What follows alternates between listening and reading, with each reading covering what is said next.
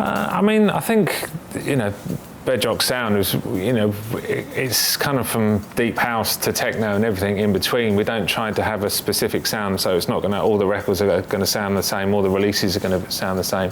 We want the label to showcase new artists and new kind of original sounds. So, I mean, we just released an EP from Sasha Carassi from Naples, and that's quite a hard, energetic techno EP. Coming up, we've got Dave Angel. It's more bouncy, but very funky house. So, and then we've got obviously the Underground Sound of Miami album, which has got tracks from Robert Babbage on there, which is very deep, more kind of sunset, deep house vibe.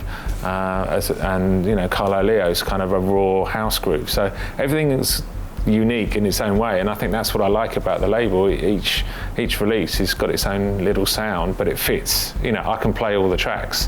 That's the key. I play all these tracks. I road test them all, and I'd like to think with a DJ, variety is a thing that makes you stand out. If you just play the same sound for 3-4 hours, it's boring. To be honest, if you enjoy something, you don't mind working longer at it. So if you're having fun and there's a few thousand people in front of you all going crazy, you're not thinking about the time. If you're doing something that you don't like, you're looking at your watch going, when's this going to end? So it wasn't for the fact that I had to play 13 and a half hours. I could have finished at 8, but the party was so good and there was no time limit. It was just kept playing, and it just seemed to fly by. So I think it's anything. I'm not paid by the hour. I'm paid for the gig. So the promoters are happy because they got an extra 5-6 hours out of my set. So I think it's a really healthy scene, and especially in New York now, there's a lot going on. I think it's really coming back to how it was in the early 2000s, where there was a lot going on, and people coming to New York for the clubbing experience. As I said, it's the first time Marquee tonight, so I'm looking forward to playing there. Output I've done a couple of times, really nice, great place to play. In Denver, Beta is a fantastic club. In Los Angeles, Avalon and the Exchange, I really enjoy. For me, club-wise or reaction-wise, Buenos Aires is probably one of my favourite cities to play. The crowds are so passionate there. So, and also obviously in London when I play the Bedrock home gigs. So, but I'm lucky, I've got a good fan base all around the world. So, I think when you've been touring as long as I have, to get to go to all these different countries again and again, you build up fan bases with regular people that come and see you, and you get the new crowd as well each time you go back. So, yeah, I'm happy with my touring schedule. I mean, the show's probably to about 60 different countries, or broadcasting in 60 different countries around the world every week. And I think there's an audience kind of figures are around 13-14 million people. So, tonight I can only reach a couple of thousand, and tomorrow will be 1,000, and then Saturday. So you can reach that amount of people on a weekly basis, showcasing the music that I like and the guest DJs I like.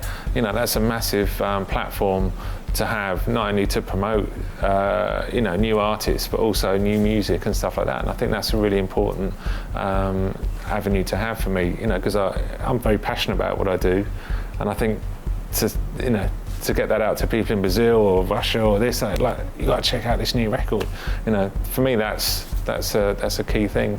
In the radio show, been doing it for many years, and it's not hard work. I enjoy it, so it's just another string to my bow in terms of stuff I want to help push and promote. The whole Live-In series is basically, it's not planned. We don't go, this album's going to come from this country.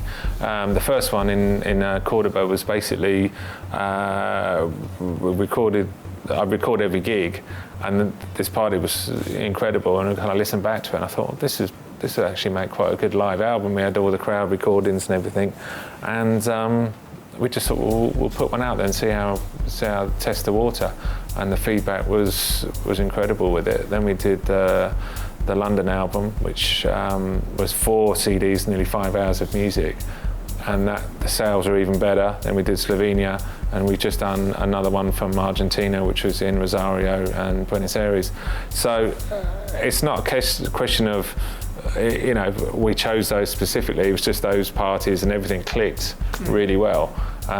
Where the next one's going to be, I don't know, and I think the fact that I don't know makes it more natural. I mean, it's their moment, it's their Woodstock, it's their, you know, it's their Twilo. So I think it's great that they're getting their experience in electronic music. It's not the music that I play, but you can see how much fun they're having, and you can't. You know, there's nothing wrong with that. You know, and the same when the raves first started in England. You know, some of the music at some of the big ones was terrible, but they suddenly the musical taste changed because everyone wants to be at the biggest event, and then suddenly after a while they want to go somewhere, you know, the side of one where they think, oh, the music's a bit cooler in here, or you know, there's something a bit more edgy to what's going on in here. So I think it's a balance, you know.